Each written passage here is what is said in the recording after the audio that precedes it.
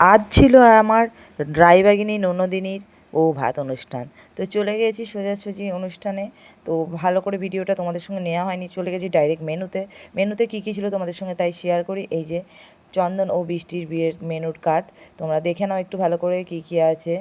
তো তার মধ্যেই চলে এসছে, দেখতে দেখতেই চলে এলো পাতা, এখানে পাতা দিয়ে চলে গেল। এর মধ্যে নুন লেবুও চলে এলো, স্যালাড, তারপরে রয়ে গেল তোমাদের খেতে খেতে এই যে দেখিয়ে দিয়ে এইদিকে ওরাও বসে পড়েছে, নতুন কাপল।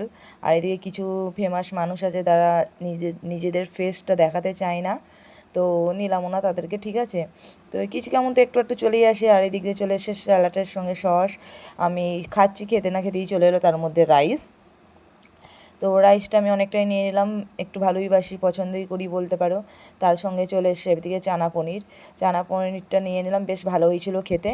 তো একবারের জায়গায় আমি দুবার নিয়ে নিলাম। আর এদিকে ডাল চলে এসেছিলো, ডালটা আমি যেহেতু অতটা পছন্দ করি না তাই আমি নিলাম না, স্কিপ করে গেছি। এদিকে পোস্ত চলে এসছে, পোস্ত নিয়ে নিয়েছি। তারপরেই চলে এলো চিকেনে আমি এদিকে খাওয়া অনেক দিনই ছেড়ে দিয়েছি, তাও ইচ্ছা করলো তাই 1 পিস বলেছিলাম, তার জায়গায় চলে এসছে 2 পিস। তো নিয়ে কোনো রকম খেয়ে একটু আধটু খেলাম, অতটা ভালো লাগলো না। আর বিয়েবাড়িতে জানো তো প্রথম টাইম এরকম হলো, আমি কোনো কিছু খাবার অপচয় করলাম না। হলে এর আগে আমি সমস্তই খেয়ে নিই, কেন জানি না, আমার শরীরটাও একটু ভালো লাগছিলো না।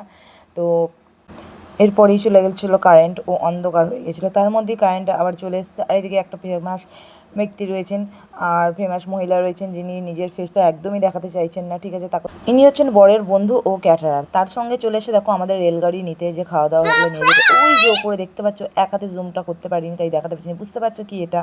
তো ক্রমশ একটু ভয়ে ছিলাম, তার মধ্যে ঝড় জলও উঠে গেছিলো।